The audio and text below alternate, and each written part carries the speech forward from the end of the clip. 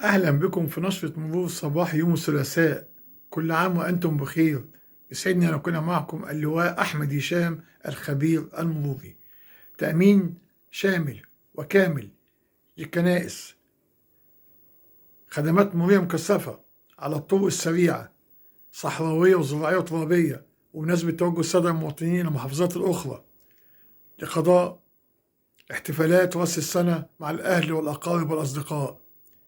تأمين شامل وكامل على كافة أماكن المتنزهات وكورنيش النيل ومناطق وسط المدينة والمناطق الدينية والمنشآت الهامة والحيوية بمناسبة رأس السنة الميلادية.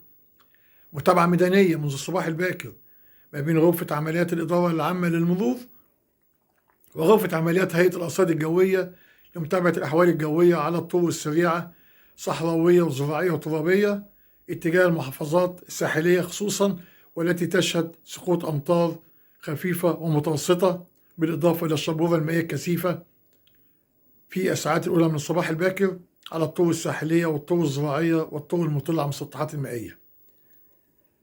يوم سعيد مع رأس السنة الميلادية مع تأمين الكنائس ومتابعة مرورية على الطرق السريعة وأماكن المتنزهات.